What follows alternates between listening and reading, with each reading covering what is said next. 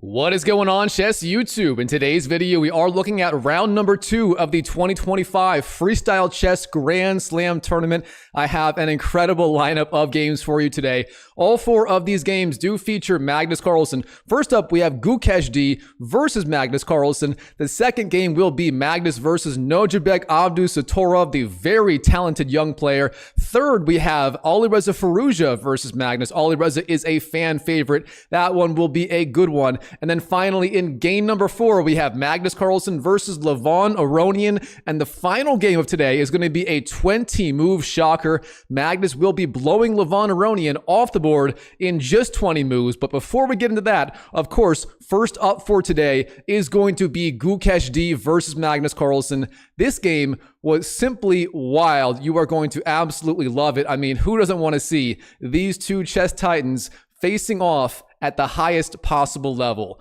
All right, here we go. In the game, Gukesh D opens 1g3, a very interesting move, opening up this diagonal for the queen immediately. And I do want to point out, of course, this is freestyle chess. Yes, the kings are on e1 and e8, but literally all of the other pieces are on very weird squares. And the queens being on h1 and h8 is one of the most interesting features of this position, the queens being on the long diagonal. So, of course, if you go g3, g4, g7, or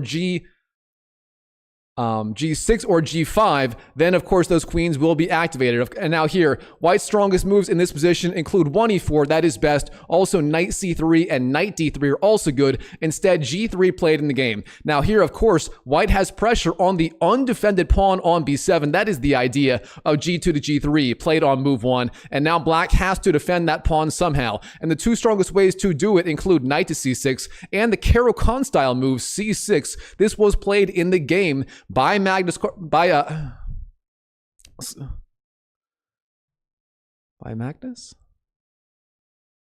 Oh, I have the wrong game. I apologize, guys. I have the wrong game up first. All right. This is going to be the right game. Still getting used to this live thing. So I was covering the final game. And here we have the correct game, Gukesh D versus Magnus Carlsen.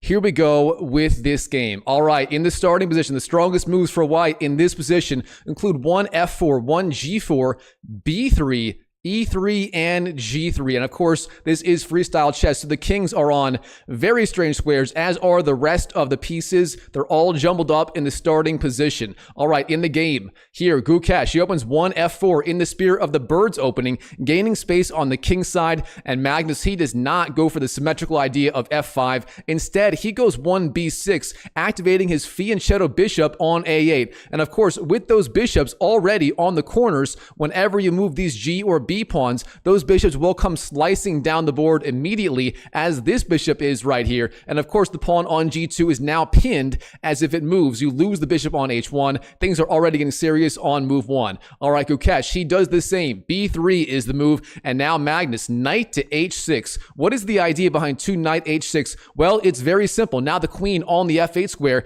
does defend that bishop on h8, meaning you can go g6, and the bishop will be defended. That pawn on g7 is no longer pinned. All right, Gukesh, he knows that. He goes knight g to f3, getting his knight out into the game, and Magnus does go g6, activating his bishop. And of course, now the bishops on a1 and h8 are being attacked. Here, Gukesh does trade on h8. Bishop takes h8 played in the game, and we have queen takes h8 in response by the GOAT Magnus Carlsen. Now Gukesh, g3 is the move, moving the pawn on the g file, activating his bishop on h1. And of course, that bishop is defended.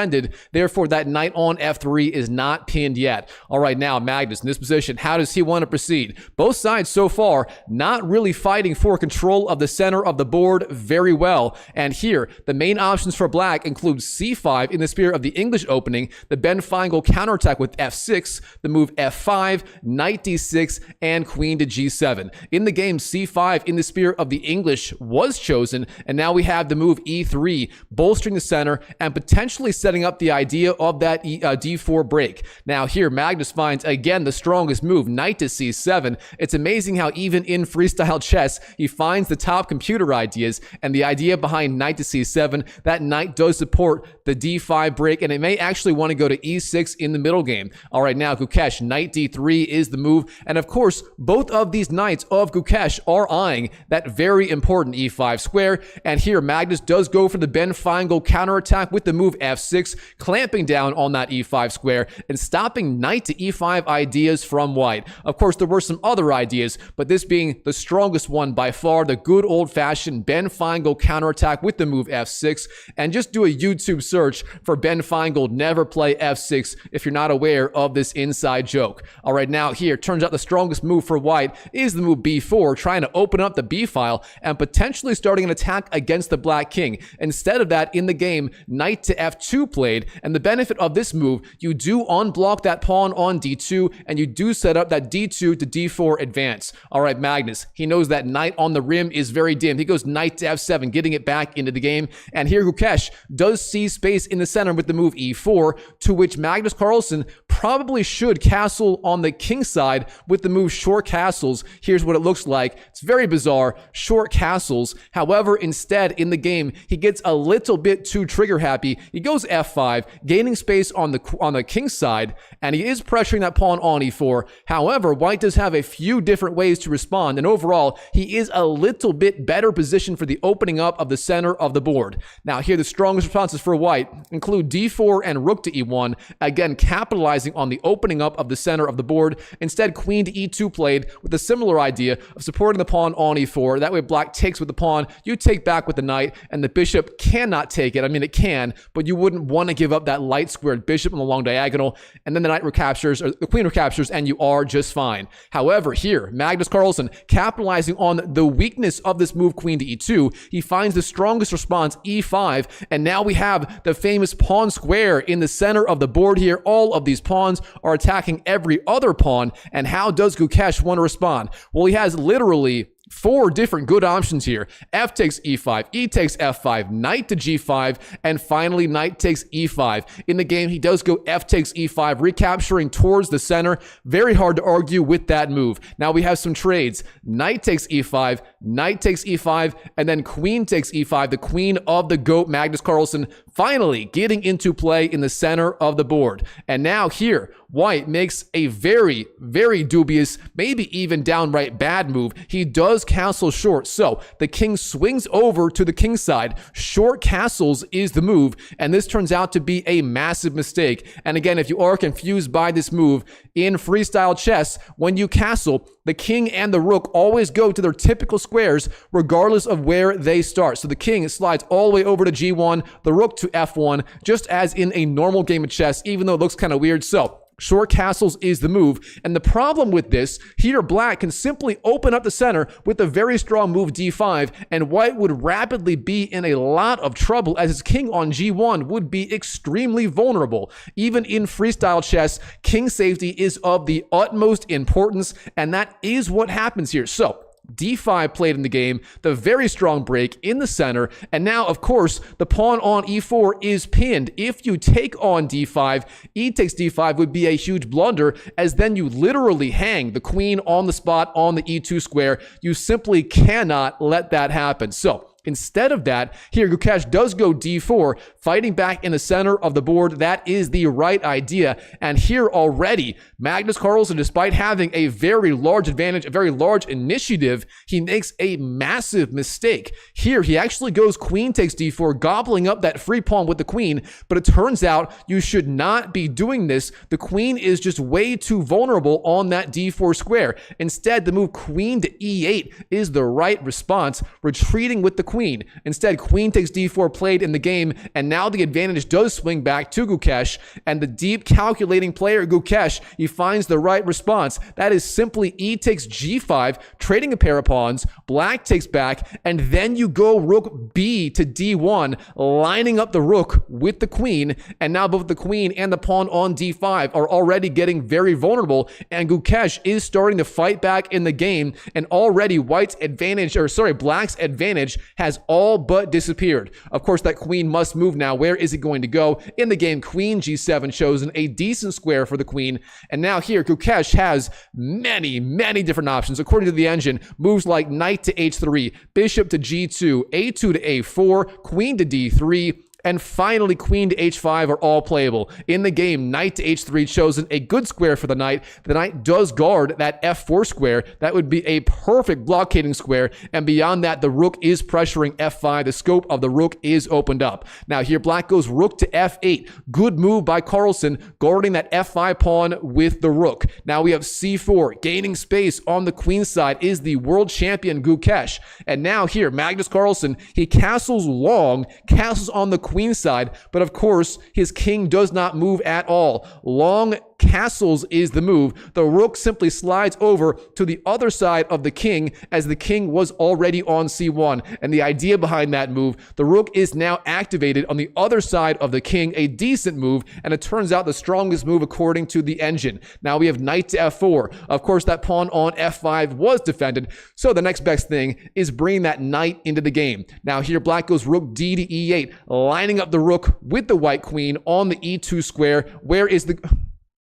Oh, excuse me. Sorry, instead of rook d to e8, that is the strongest move. Instead, rook f to e8 played here. And again, rook d to e8 was a little bit stronger, lining up the d rook with the queen. Now, the problem with the other move played in the game, rook f to e8, is here, white can pile up pressure on that pawn on f5. The strongest way to do so is queen to h5, but queen d3, as chosen in the game, is also decent, pressuring that very weak f5 pawn. And of course, the rook on f1 may be pressuring it in the very near future as well. Now, what is black going to do about it? Well, he goes d4, trying to relieve some of the tension in the position. And of course, now the bishops on the long diagonal are both attacking each other. They are both defended. Neither side will be losing a bishop. However, again, white's going to have a lot of pressure on that pawn on f5. And here, Gukesh, he finds the very simple tactical idea. You take the bishop, black takes back with the knight, and then the pawn on f5 is hanging,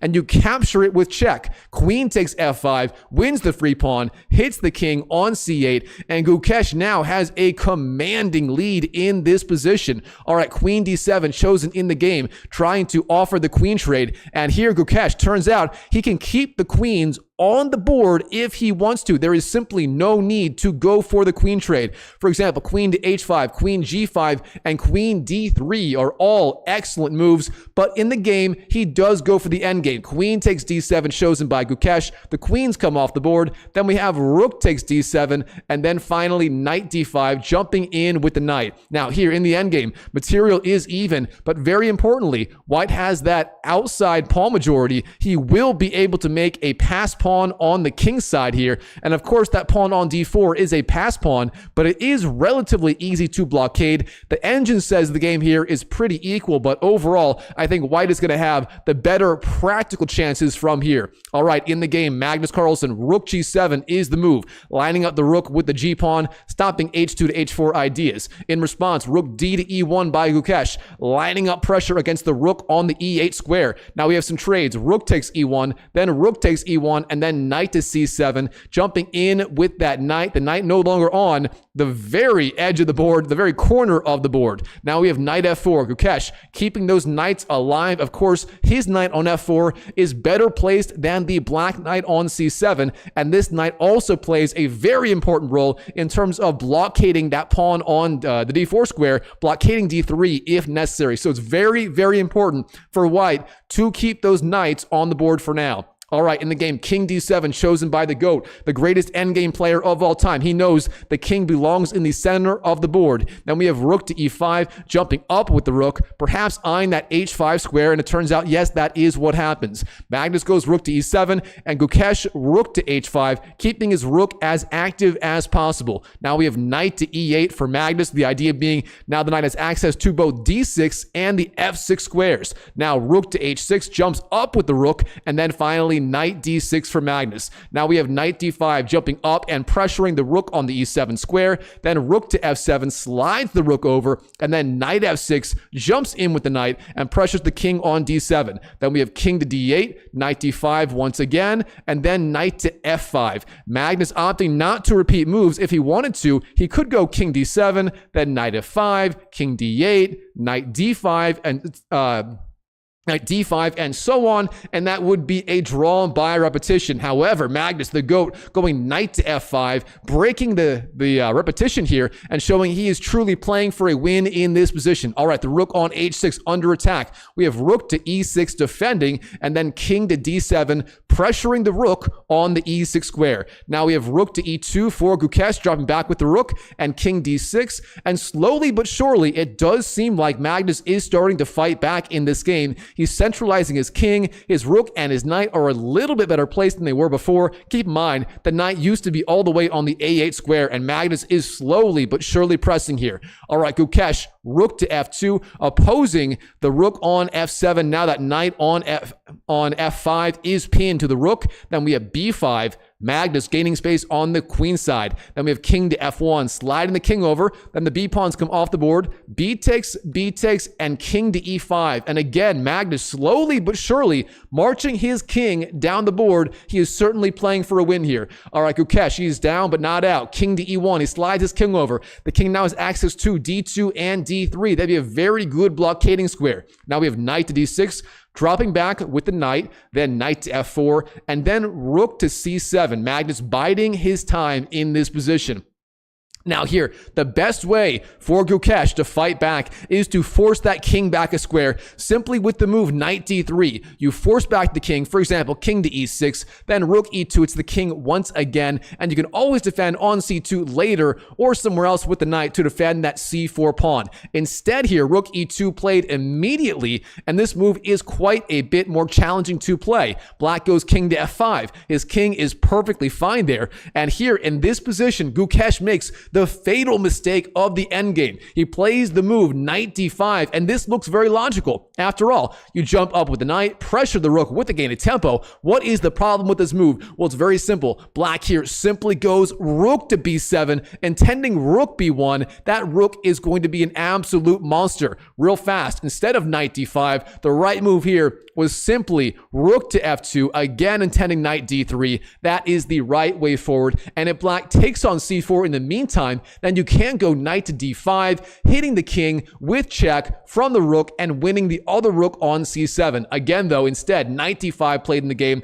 followed by rook b7, and here Magnus is starting to take over. Now here, the key idea for Gukesh to hang on is knight to e7, jumping in with the knight and pressuring the king, but he makes yet another mistake here. h3, trying to guard that g4 square, trying to block off any entrance point for that king on f5, but here, Magnus finds the key idea, knight to e4, jumping in with the knight and blockading the rook on the e-file, therefore giving the king access to go to e4, perhaps followed by d3 and king to d4. That is the right way forward. Here, Gukesh, g4 hits the king, but it is too little, too late. King to e5, centralizes the king. Then we have king to f1. The king slides over, then d3, pressures that rook on the e2 square, then rook to e1, and finally, the last move of the game, king to d4. And here in this position, Gukesh D, he simply resigns on the spot to Magnus Carlsen. There is nothing he can do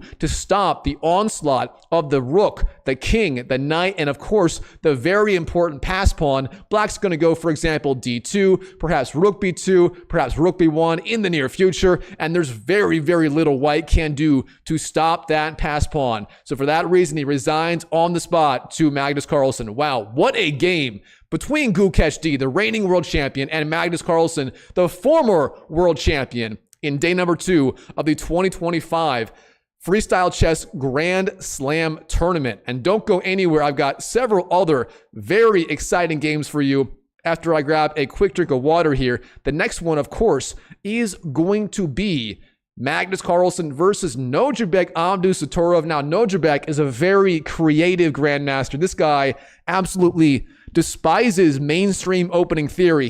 He's like Magnus in that regard. He's always playing very bizarre, opening ideas, always trying to mix things up. So this one will be a treat with these two duking it out in freestyle chess.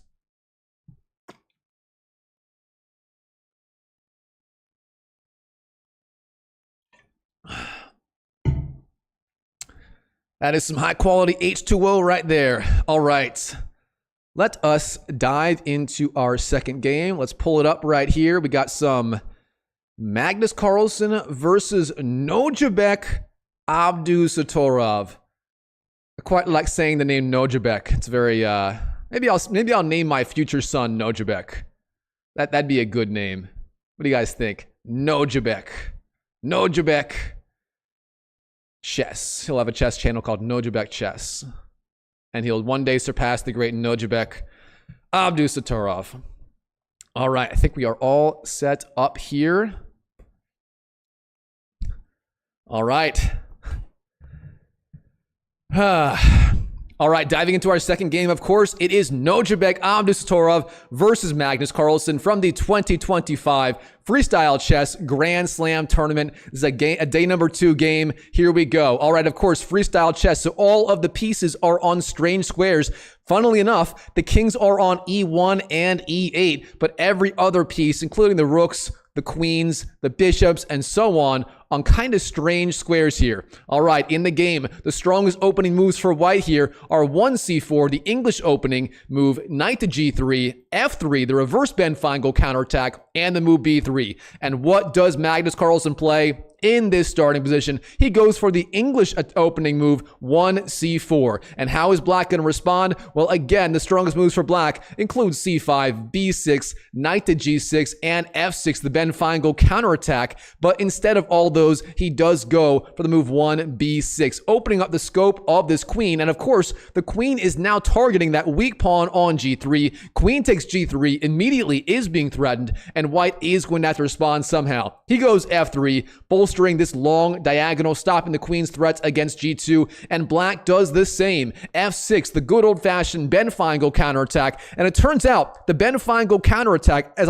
I like to call it, is actually quite good in a lot of these freestyle chess openings, it seems like. All right, now from here, white goes b4, gaining space on the queen side, attacking that c5 square with the pawn, and of course, opening up the scope of his queen on the long diagonal. Now black goes knight to g6, one of the only 2 squares available for that knight. Now white does the same, knight to g3, Magnus Carlsen bringing out his knight into the game, and here black does go c5, gaining space on the queen side in the spirit of the symmetrical English, and challenging that pawn on b4. That pawn on b4 is now officially hanging, and what is white going to do about it? Well, in the game, he does take on c5 immediately. B takes c5. However, I do want to point out, the computer says you can actually ignore that and immediately attack the weak point in the black camp. That is the pawn on g7 with moves like knight to f5 or knight to h5, immediately targeting that weak pawn on g7.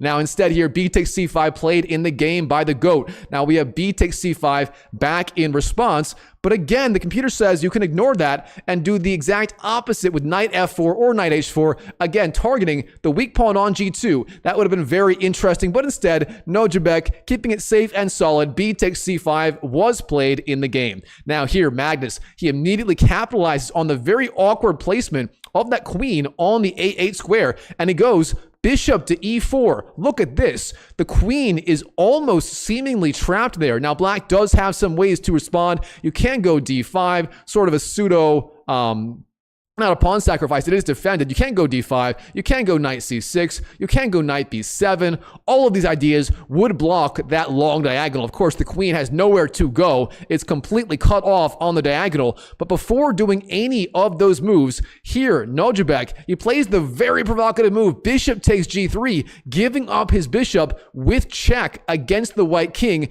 before dealing with that queen. Now, what is the idea? The idea is very simple. When you go bishop takes g3, you free up that b8 square for the queen. Now we have the move h takes g3 and then queen to b8. The queen slides over and now it is no longer under attack. All right, white goes f4, again in the spirit of the bird's opening or the reverse Dutch, gaining space on the king side, that pawn being supported by the rook on f1. Maybe white's intending f5 later in the game. Now black goes bishop f7, a very curious looking move. I'm not quite sure I understand the idea behind it. It does support that knight on g6, stopping or making less threatening bishop takes g6 ideas. We'll have to wait and see what he has in mind. All right, white goes d3, heading for a light squared pawn strategy in the center of the board. And here black does castle short. Sure enough, that was the idea of bishop f7. Here, castle short is the move, sliding his king over to the normal short castling position. All right, now, bishop f2. Perhaps white intending the same thing with short castles, and black goes e5, counterattacking in the center of the board. Now, black has quite a bit of tension on that pawn on the f4 square. Black is threatening. E takes f4, then after g takes, simply knight takes or queen takes f4. Therefore, obviously, white is going to have to do something about that. And in the game, sure enough, he does go f5. And now we have a very interesting pawn structure developing on the king side.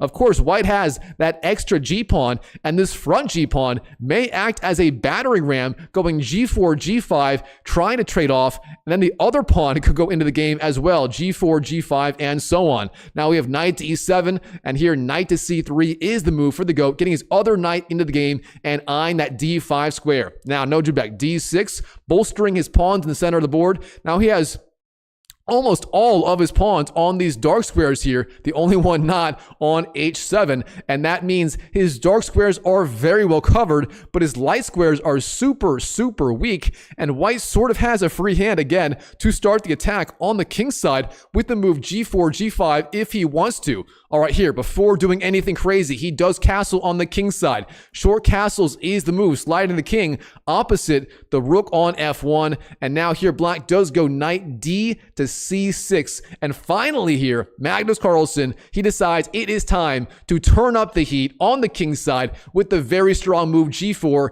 intending g5, and so on, potentially trading on f6. This is where the game gets interesting. All right, Nodirbek h6, he is clamping down on that dark square, and of course, now literally all of his pawns are on dark squares in this position. I don't recommend that if you are a beginner, but it was sort of necessary here in this position for Nodirbek. All right, Magnus, rook c2 is the move, sliding up with his rook. Nodirbek, queen to c7, getting off the back rank with his queen. And of course now, the rook on c8 has access to the b8 square. That would be a perfectly fine square for that rook. All right, now rook to b1 is the move, sliding the rook over. So Magnus sort of giving up on the attack on the king side for now, with that g5 square being covered by the f pawn and the h pawn. There's very little he can do on the king side for now. All right, queen d7 is the move for Nodirbek, sliding over with his queen. Then we have rook c to b2, sliding over with the rook, and of course, pressuring the b file with both rooks. Now here, what should black be doing?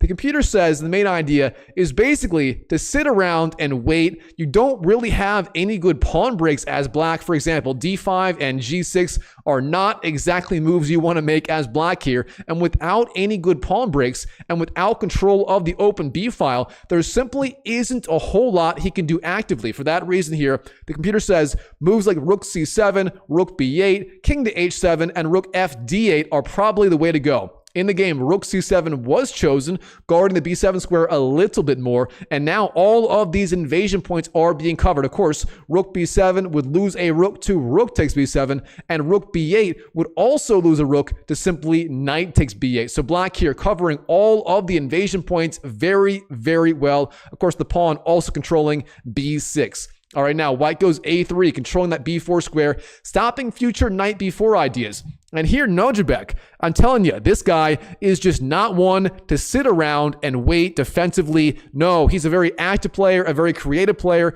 very aggressive player. And here, he goes for it on the king side with the move h5, counterattacking, trying to put pressure on that weak pawn on g4. Of course, white has the option of going either g5 or g takes h5, but either way, with all of his pieces, especially the major piece over here on the queen side, that means either g5 or g takes h5 aren't exactly something white wants to do here.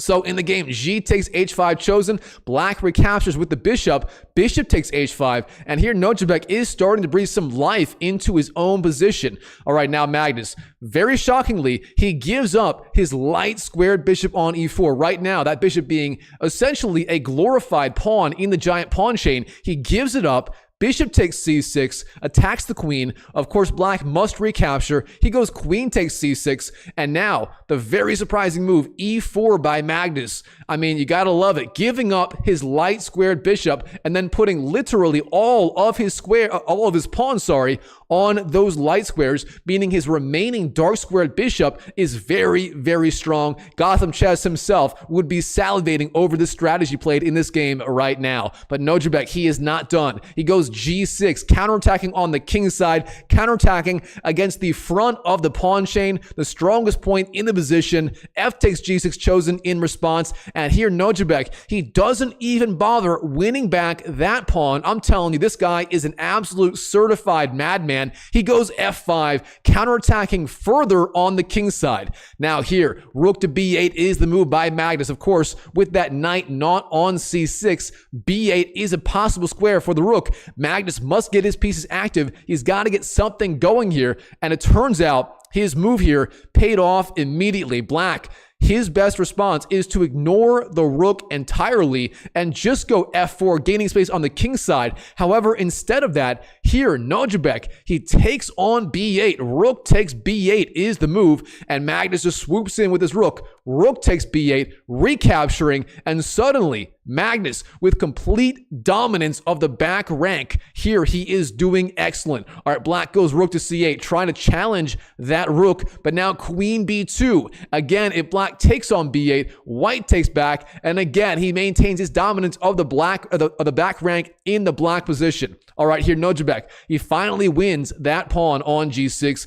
Bishop takes g6 chosen in the game, and then here, the very precise move by the former world champion, Magnus Carlsen, bishop to h4, putting immediate pressure on that knight on e7. I mean, this is just a picture-perfect example of what every single Magnus Carlsen middle game looks like. He gets all of his pieces on these very aggressive squares, the rook pinning the rook on c8 to the king on the g8 square, the bishop attacking the knight, the queen supporting the rook, the other knight on c3, ready to pounce on d5 whenever the opportunity arises, especially if that knight on e7 goes away. And meanwhile, Nodirbek, all of his pieces are just terribly passive. I mean, no matter what, it always seems like the GOAT manages to get these really, really dominant middle games. All right, here, Nodirbek, he is done messing around with that rook on b8. He trades on b8, rook takes b8, then queen takes b8, flying in with the queen and pressuring the king on the g8 square.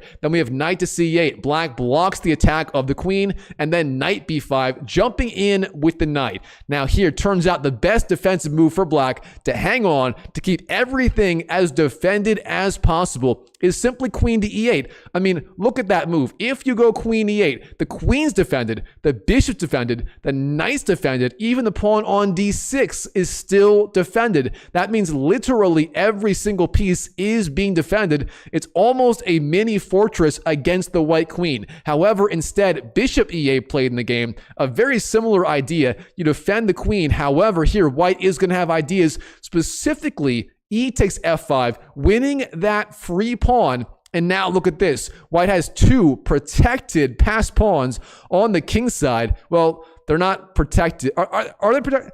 Comment down below if these actually qualify as protected pass pawns. I think if the one pawn was on g4, they would be, but they're effectively protected pass pawns here. All right, black goes bishop d7, trying to counterattack against the pawn on f5. And now here, instead of g4, white just trades on a7. Knight takes a7. The point being, the knight is under attack, but it cannot move. It is pinned to the king. And beyond that, you're also putting pressure on the queen on c6. A very, very strong intermediate move by the GOAT. All right, here, Nodirbek, he's had enough. He's trying to tap out. He goes queen b6, offering the queen trade. And the greatest endgame player of all time says, you know what? No problem. Queen takes b6. We are trading the queens off the board. So queen takes, then knight takes, and then bishop d8. The bishop swoops in and pressures the knight. Magnus here, he is not done. He's currently up 2 pawns. Black has 1, 2, 3 versus the 1, 2, 3, 4, 5 of Magnus. He also has passed pawns on the king side and on the queen side, and beyond that, to top it all off, his pieces are also much more active than their black counterparts. All right, black goes knight a4, trying to defend, getting the knight out of the line of fire of the bishop on the d8 square. Now we have g4, gaining space on the king side, then knight b2, jumping down with the knight, knight b5, and then d5. Now we have knight d6 jumping in with the knight once again. Then knight takes d3, c takes d5, and then knight to f4. And here Magnus is still up 2 pawns in this position. Of course, black has some pressure on d5 and some pressure on these light squared pawns here. But of course, Magnus, he is not concerned at all. He drops back, knight e4, eyeing that f6 square, threatening knight f6, winning the bishop on the spot. Black goes knight d5, and here Magnus goes knight f6 anyway, jumping in with the knight. What is the idea? After knight takes, then bishop takes, we now have an opposite colors bishop's endgame, and of course Magnus is up 1 single pawn, but all of his pawns are further out on the edges of the board versus their black counterparts. That means black has pawns further away from the center where it is more difficult to defend, and Magnus knows this endgame is just completely winning for white. All right, bishop a4 is the move. Then king to f2, marching up with the king. Then bishop d1. Nodirbek counterattacking as usual against that pawn on g4. Leave it to Nodirbek, try and find some play in this position for black. But Magnus is not done. King g3 is the move. Then e4, pushing that pass pawn. Bishop g5, guarding the e3 square. Then we have king to f7, marching down with the king. Bishop b3, dropping back with the bishop. c4 is the move. And then finally, the final move of the game, simply d4. And in this position, Nodirbek Abdusattorov, he resigns on the spot to Magnus Carlsen, and here is why. White is simply going to go king f4, gobble up that pawn, king e5, push these pawns down the board, and so on. And there's nothing he can do. He can also always push the pawn on the a file if the bishop ever gives up control of this diagonal. And despite being an opposite color bishop's endgame, white is just so far ahead. Black has no defense. And for that reason here, Nodirbek, once again, he resigns on the spot to Magnus Carlsen in the 2025 Freestyle Chess Grand Slam Tournament. Wow, very impressive stuff by both players. Comment down below in terms of what you thought of this game. And if you're enjoying the live stream so far, go ahead and smash that YouTube like button for me. It really does help me out a ton when you guys do that. So very impressive stuff so far. We have Magnus versus Gukesh, Magnus versus Nodirbek, and now we are heading into our third game, which is going to be Magnus versus, or actually ALIREZA FIROUZJA versus Magnus Carlsen. I'm a big fan of ALIREZA. This is going to be a very exciting game as well. Let's get our name tags lined up here. And I think we're just about ready. Let me get some water and we'll keep going.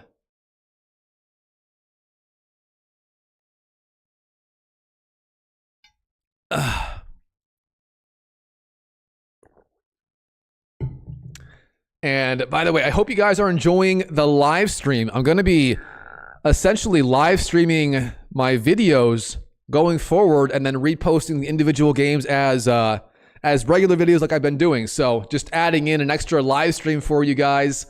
So I hope you guys enjoy this new format. I think I can get out a lot more content this way than I could before.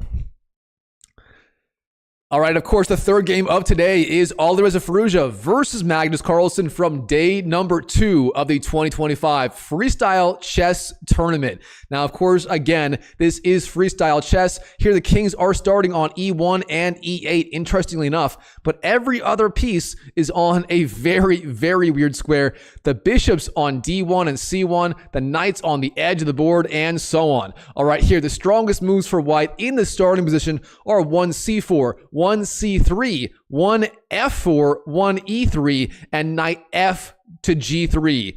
I mean, it's very interesting. In classical chess, e4 and d4 are the strongest moves, but typically not in freestyle. All right, in the game, one c4 chosen by ALIREZA FIROUZJA, and now we have one c5 in response by the GOAT, Magnus Carlsen. Now, immediately on move 2, ALIREZA, he decides it is time to challenge that pawn on c5 with the very provocative move b4. Now, the idea behind this, obviously, you are trying to deflect the pawn on c5 away from the center, and you are opening up scope for potentially a bishop on b2 as well. That would be very, very strong. Now, here, black is not messing around. Magnus, he just defends with the move b6, and now you could trade on c5, leading to an endgame on move 3 or 4, essentially. Move 4 endgame. However, instead, ALIREZA, he is in a fighting mood in this game. Bishop c2 is the response, maintaining the tension on these pawns on b4 and c5, and here black does trade. So, c takes b4, queen takes b4, and then bishop b7. Magnus getting the fianchetto bishop on the b7 square, activating it on that long diagonal. Now we have knight h to g3, jumping in with the knight. And here, Magnus makes the first mistake of the game from black's perspective. Here, black should be going e6 immediately. The point being that queen on b4 is just too dangerous to be kept alive. You want to go e6, then bishop b7, immediately putting pressure on it. But instead here, knight h to g6 chosen in the game, mirroring white, and this turns out to be a very significant mistake. Here, white just goes d4, gaining space in the center of the board, and now black does go e6, again intending bishop e7, but this is just one move too late. And here, white has a lot of ways to put pressure on the black position. The most interesting being bishop to a3. The point being, if you go bishop e7 in response, then you just slide back queen b3 as white, and having that dark squared bishop under fire is very, very good for the white position. Instead, in the game, he goes for a more aggressive idea, perhaps e4, getting those 3 pawns in the center of the board very, very strong. Now black, he jumps in with the knight to f4, a very active move by the GOAT Magnus Carlsen. What is the idea behind this knight jump? Well, for one, it's very hard to get rid of it. The only pawn that could chase away the knight is that pawn on g2, but it's very hard to move that with it being blocked by the knight on g3. And of course, the queen on b8 does defend it well enough for now. All right, here, ALIREZA, knight to e3, jumping up with his own knight, and now we have knight 8 g6. Magnus reinforcing his knight with his other knight, and again, that knight on f4 will be very, very hard to get rid of. Yes, white could go, say, knight 3 to e2, for example, but overall, that would not be so strong of a move. And here instead, ALIREZA, he simply castles short on the king side by dragging his king over 2 squares. Short castles is the move. Now black goes bishop e7, finally putting pressure on that queen on b4. Where is the queen going to go? It goes back to the d2 square, a decent square for the queen. And again, white has very good central control here, but overall, black is sort of counterattacking, sort of in the spirit of perhaps the Sicilian defense, maybe the Taimanov. Black gets a lot of weird moves like this, or weird positions like this in the Taimanov. That is what it reminds me of. So comment down below in terms of what this opening reminds you of in classical chess. All right, here black does castle short as well. Short castles is the move. And then we have bishop b2, setting both bishop... Excuse me.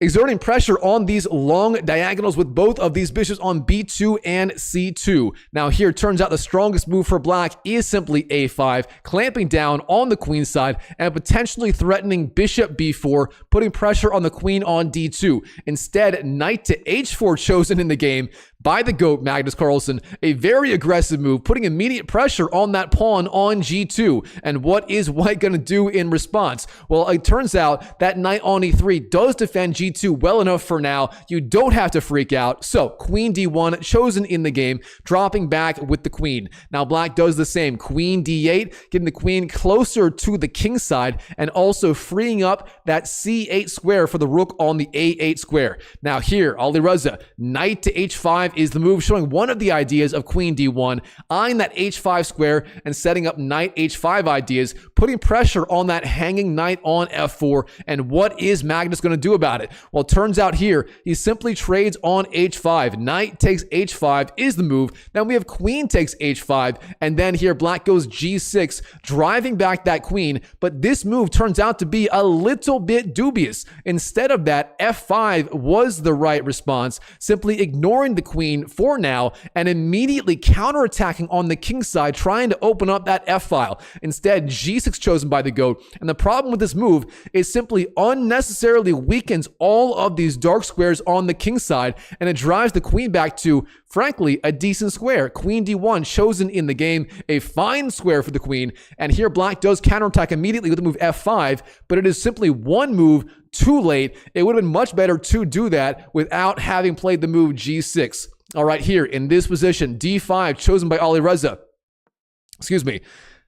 All right, in this position, d5 chosen by ALIREZA, gaining space in the center of the board. A very solid move in the spirit of perhaps the king's Indian defense. And now, what should black be doing? Well, according to the engine, the strongest move here for black, it's very difficult to find, is actually the move h5, the alpha zero style move, trying to gain space and perhaps get something going on the king side. Instead, bishop c5 chosen in the game, and this turns out to be a very weak move. Here, white simply ignores the threat on the knight on e3, and he just goes g3, driving back that knight on h4. Now here, Magnus, he swoops in with the queen. Queen g5 was chosen. The point being now the pawn on g3 is pinned to the king on g1. You cannot take on h4, as then the king would be under fire. So here, ALIREZA, he simply slides over with his king to h1, and now what is black going to do? Literally all of the squares the knight could go to,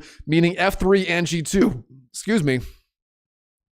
Meaning f3 and g2 are being covered sufficiently by the king and the queen. And that means black is simply going to be losing the knight on the h5 square. Magnus Carlsen, due to a simple mistake, bishop c5, he is now losing a piece. All right, here we have the move f takes e4. Magnus ignoring the threat on the knight on h4. Not a bad idea. You're losing it no matter what. At least this way, you do open up the f-file for the rook. And here, ALIREZA, instead of allowing knight h5, he does trade on h4 immediately. G takes h4 chosen in the game, pressuring the queen on g5. Then we have queen takes h4, and then queen g4 flies out with the queen and offers the queen trade. And it turns out here, the greatest endgame player of all time, Magnus Carlsen, he simply cannot resist the queen trade. He flies down with his rook to f4, virtually forcing the trade of queens here. And now we have queen takes h4, then rook takes h4, and then bishop f6, flying up with the bishop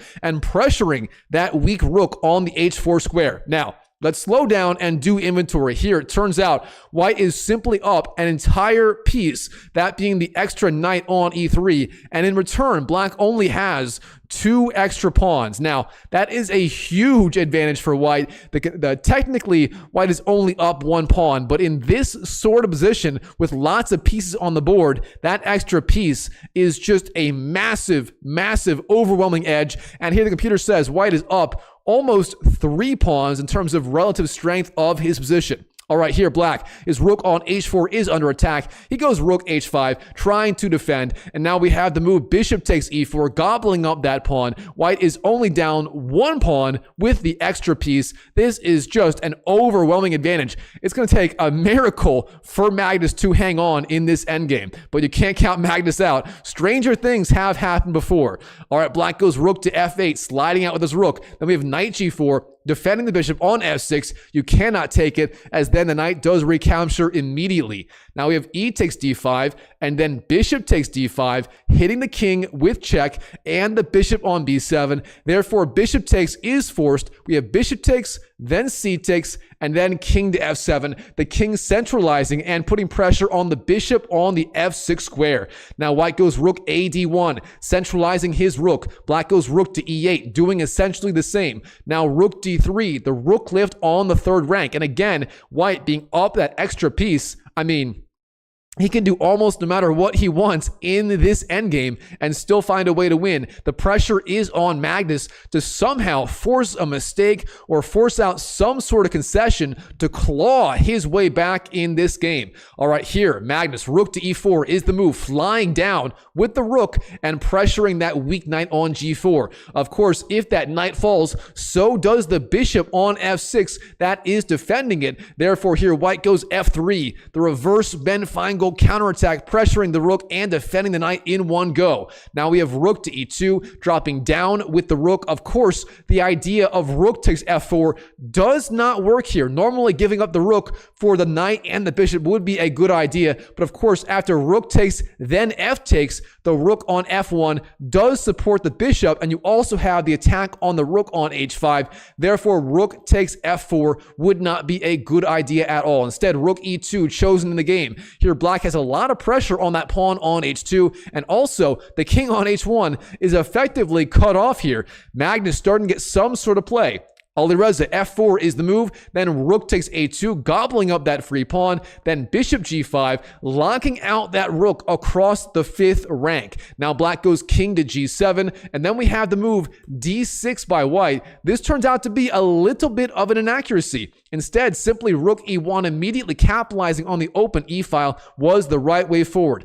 Instead, d6 chosen in the game. Now the pro of this move, it does cut off the bishop on this diagonal. However, that pawn on d6 is now a very significant weakness, and that bishop on c5 has a lot of pressure on it. Now here, Magnus, he should be thinking about the move rook to e2, gaining control of the e-file before white can go rook to e1. However, instead, h6 chosen in the game, pressuring the bishop, but it turns out this is not a good idea at all. White simply goes bishop f6, putting pressure on the king. The king must move, king f8 chosen in the game, and then here, ALIREZA, rook to e1, the strong idea, capitalizing on the open e-file once again. All right, Magnus, rook c2, sliding over his rook. He's trying to do everything he can to hang on. Now we have h4, the alpha 0 move, gaining space on the king side, and of course, that pawn on h4, very well defended by the bishop on f6. Now we have bishop to f2, flying down with the bishop. Yes, you can take it, but then black recaptures,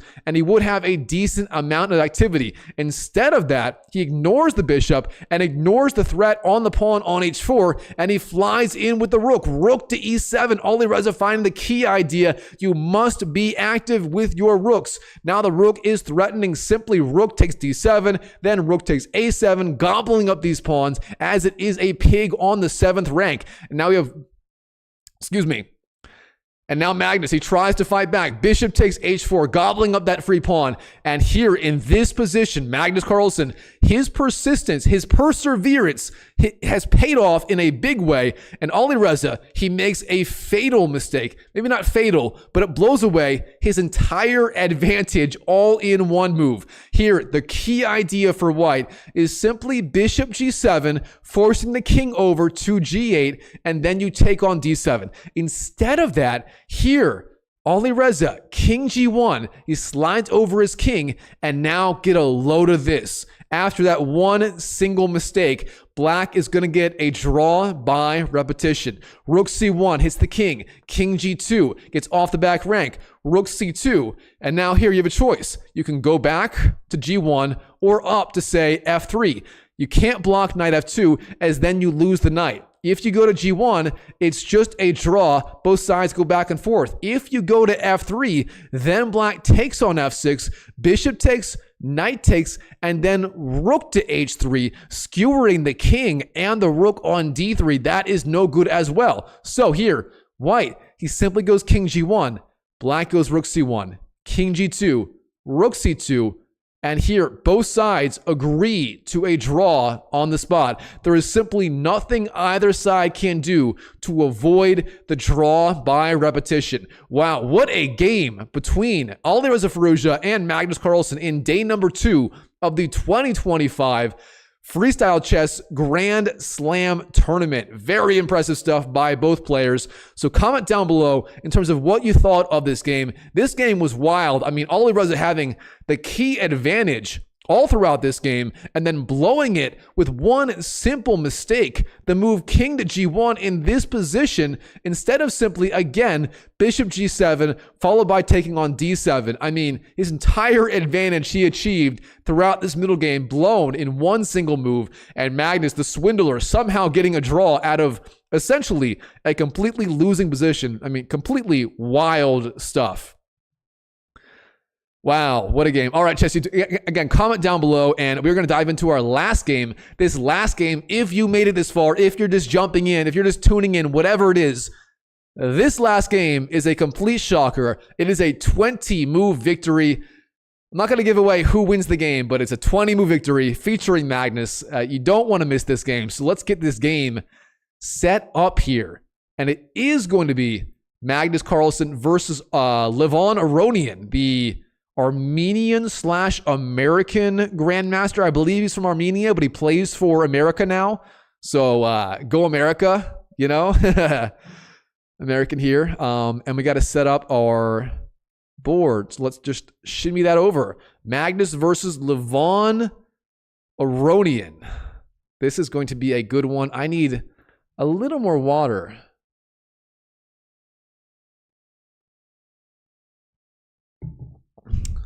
I need some more water, but we're going to power through.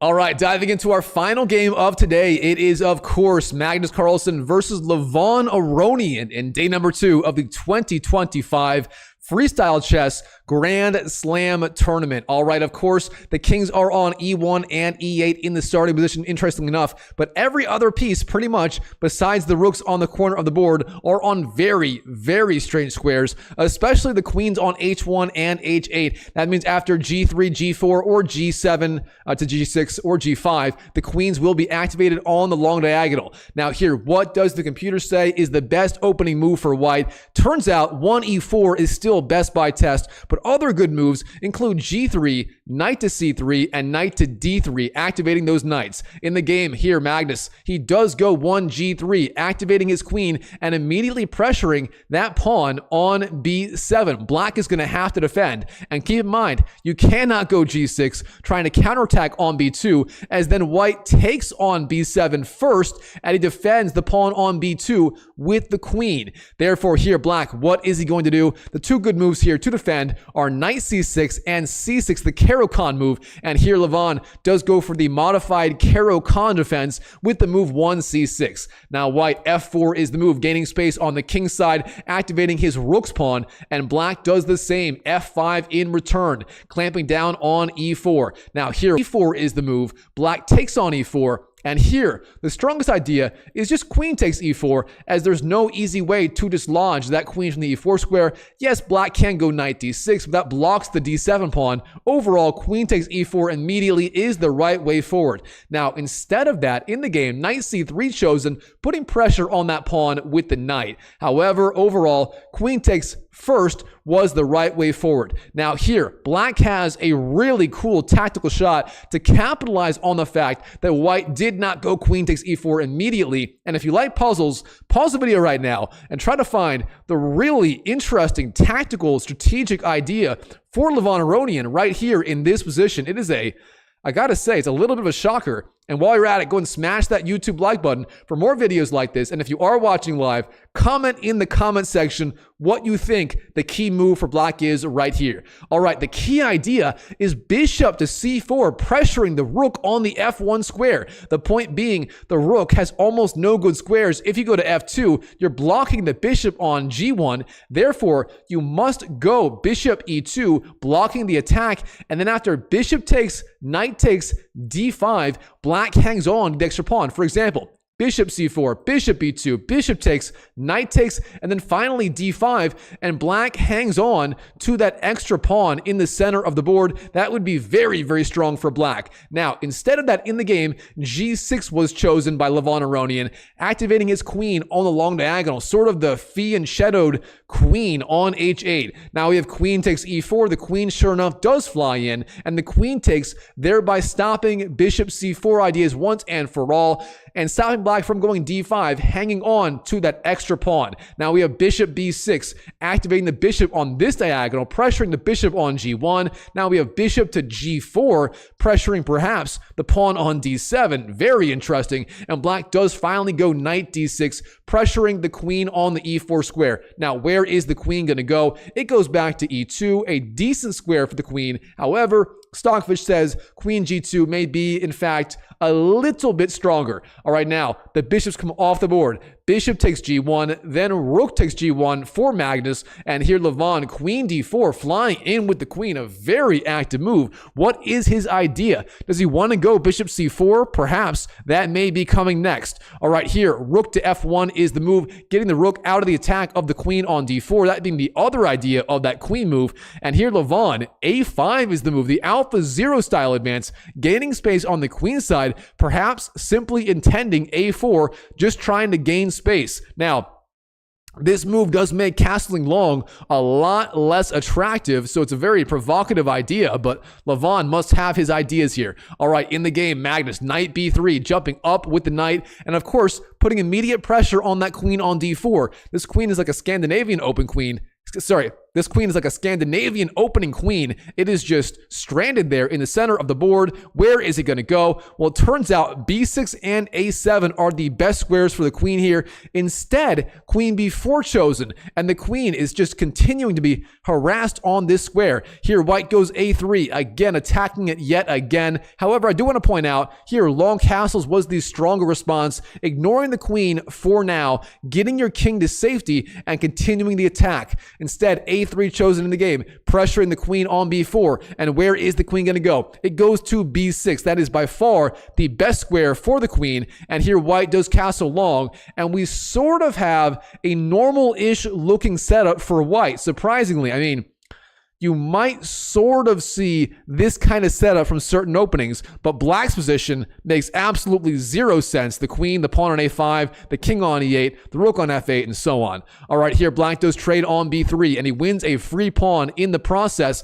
but this is a very risky idea, and white is going to get a huge initiative in response. So bishop takes b3, chosen in the game, then c takes b3, and then queen takes b3. The queen flies down. Now here, white has a lot of ideas to pressure the queen on b3 immediately. For example, rook f3 is very strong, as is simply rook de1, piling up pressure on e7 and threatening checkmate in one move. Instead, he plays a very logical idea, d4, gaining space, and potentially threatening d5, advancing the pawn one square further. All right, here, Levon Aronian, knight to a6 is the move. And now, sure enough, white does go d5, threatening simply, perhaps, d takes c6, trying to open up the game. And here, Levon Aronian, he falls for a very simple trap, and he's almost losing on the spot on move 15. Now here, he plays the move long castles, but this is a blunder. He blunders on move 15, and this blunder is so bad, he's going to be wiped off the board in about 5 moves. Instead of that, here, the strongest moves for black include c5 and simply c takes d5, trying to release some of the tension in the center. Instead, long castles played. And here, the problem is simply d takes c6. Look at this. The pawn on d7 pinned to the king on c8. If you take with the b pawn, you lose the knight on a6. And if you do nothing, white takes on d7, the pawn being supported by the bishop, and you're going to be up 2 pawns. No matter what Levon Aronian does here, he is nearly busted on move 16. I mean, who would have thought? All right, here, turns out the best move for black is actually king to b8. You slide over the king, white can take on d7, but at least it's not with check. Instead, b takes c6 chosen in the game, giving up the knight on a6 to the queen. And here Magnus, he's a simple man. He sees a free knight. He takes the free knight. Queen takes a6, hits the king with check. King b8 is virtually forced. And now simply rook d4. Look at this. The rook lift on the 4th rank, setting up ideas like potentially rook a4 next. All right, knight b7 chosen in the game by Levon Aronian. And now simply rook fd1, tripling up the pressure on that pawn on d7 with the rook, and the bishop. What is black going to do to defend? He goes d5, and yes, this move does defend the pawn, but as soon as you move the pawn either to d6 or d5, Then the pawn on c6 falls. Queen takes c6 is chosen. And look at this. The pawn on d5 is going to fall as well. You have 1, 2, 3, 4 pieces attacking that pawn, and you have 1, 2 defending. If black goes e6, you take that pawn. Then on d5, I mean, black is literally completely busted. His king on b8 is just completely exposed. He's down material. He's down literally an entire piece. It's going to be a piece and a pawn after the next move. And he's just completely busted. And for that reason, in this position, Levon Aronian, he resigns on the spot to Magnus Carlsen. Wow, what an incredible performance by Magnus, blowing Levon Aronian off the board in simply 20 moves. I mean, by move 15, he was already lost. Amazing stuff. Comment down below in terms of what you thought of this insane game between these two players. And yeah, smash that like button if you can. And, you know, yeah, very impressive stuff. And I'm very happy to have you here. Now, this is the end of the video. If you enjoyed this live stream, I am going to link my other live stream I did yesterday. I'm going to start doing this like every video. So if I can figure it out, if I can figure out how this works, I'll try to add an end stream where I have the other live stream following this one. And before I sign off here, I do want to check out the comments and see if I can get the comments showing up. Let's see real fast.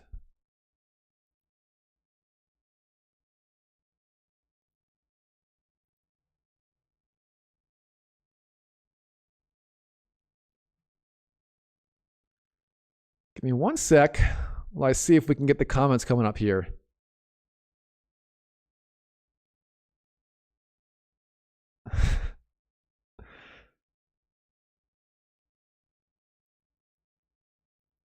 All right, so I'll respond to comments for a couple minutes here. The nut jobs are funny from Jason Evanoff. Thanks, bro. I'm not sure what you mean, so if you're still here, let me know. Alexander Nyford, cool. GG's, I like your name, bro. Huge fan, great work, brother. Love your chess commentary. Thank you so much. And Kieran Ecker, love your content, bro. Thank you, brother. I appreciate that. So if anyone else wants to comment, feel free to do so right now. And if not, I am going to sign off. And I will see you all in the next video. I'm covering day number 3 of the Freestyle Chess Grand Slam tomorrow. So yeah, leave your comments here, and I'll see you tomorrow, where I'm covering, hopefully I'll cover the tournament a little bit sooner in the day. I was a little bit late to covering it today, so I'll try to cover earlier tomorrow. So thank you all for tuning in, and I will see you in the next video.